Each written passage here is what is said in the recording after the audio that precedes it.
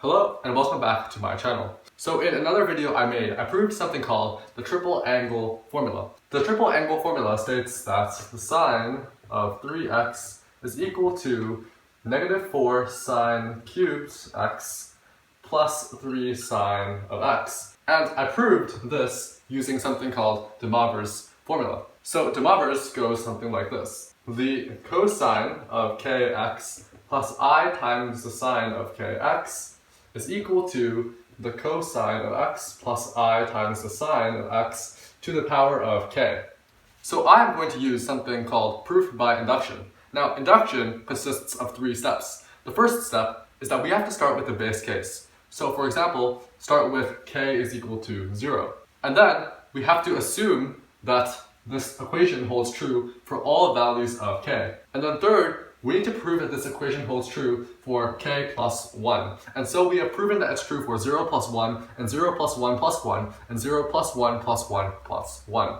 So that because of this, we are then able to prove this equation for all integers greater than or equal to 0, or whatever our base case is. So we're going to let k be equal to 0. Now, the cosine of 0x plus I times the sine of 0x is equal to the cosine of x plus I sine of x to the power of 0. And now anything to the power of 0 is equal to 1, so we write 1.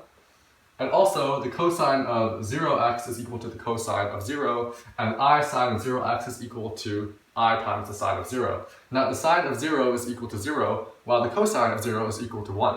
So we have 1 is equal to 1, and so the base case for k is equal to 0 has now been proven. So now we assume that this formula holds for all values of k.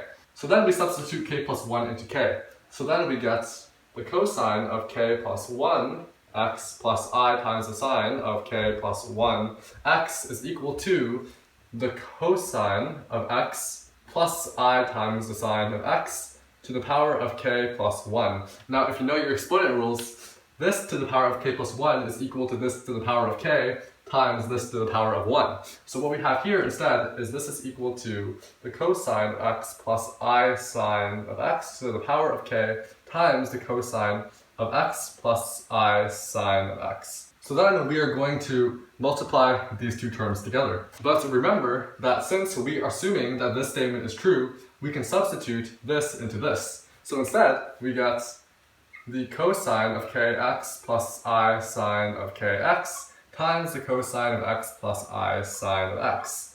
Now, we will multiply these two terms together to get that the cosine of kx times the cosine of x plus the cosine of kx times I the sine of x. Then we add I sine of kx times the cosine of x plus I sine of kx times I sine of x. So the important thing to notice here is that I times I is equal to -1. So instead, we can take out these two i's and make this a minus sign. And then we notice something. You see, because the cosine of kx times the cosine of x minus the sine of kx times the sine of x is equal to the cosine of k plus 1x. So we know that this is now equal to the cosine of k plus 1x. We also know that these two have a common term, which is I, and that the cosine of kx times the sine of x plus the sine of kx times the cosine of x is also equal to the sine of k plus 1 times x. So then we get this plus I times the sine of k plus 1x. And so the left-hand side is equal to the right-hand side, and so this statement has been proven for all integer values of k greater than or equal to 0.